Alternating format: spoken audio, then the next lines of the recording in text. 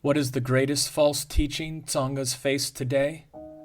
It is not Islam, which denies that Jesus was the perfect substitute for sinners on the cross. It is not Roman Catholicism, which denies sola fide, salvation by faith alone in Christ. It is not the Jehovah's Witnesses, which denies that Jesus is God in the flesh. It is not even African traditional religion, which denies that unbiblical cultural practices or prayers to ancestors should be abandoned. Though all of these ecclesiastical lies affect the Tsonga people, they do not present the greatest danger. Rather, the most significant false teaching that Tsongas face today is the prosperity gospel, which denies that true followers of Christ are called to a life of suffering and persecution.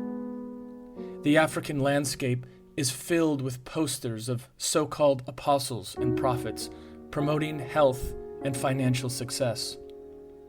Around every corner and in nearly every denomination, preachers peddle witchcraft, which is dressed up in church clothing. They say, "Do you want power? Do you want a new job or fancy car? Do you want a miracle? Do you want physical healing? Come to Jesus and you'll get it." Go to the altar, you have God's money. Stand up, all of you, don't waste my time. I don't want this man, I want money. God say, all of you here, you will be in trouble if you disobey. You will be in trouble, you will die very quick. Go to the altar.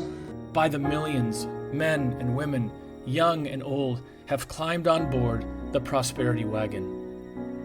Their message says nothing of sin, nothing of judgment, nothing of hell, and worst of all, nothing of Christ, except as some kind of cosmic slot machine that gives them the desires of their fallen hearts.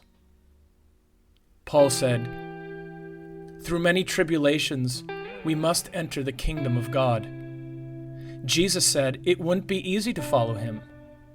Any one of you who does not renounce all that he has cannot be my disciple. Pray for the Tsongas, that God would not only dispel the heretical message of the prosperity gospel, but also raise up godly pastors and biblically saturated churches to counterattack these false teachings and promote the life-giving message of the Lord Jesus Christ.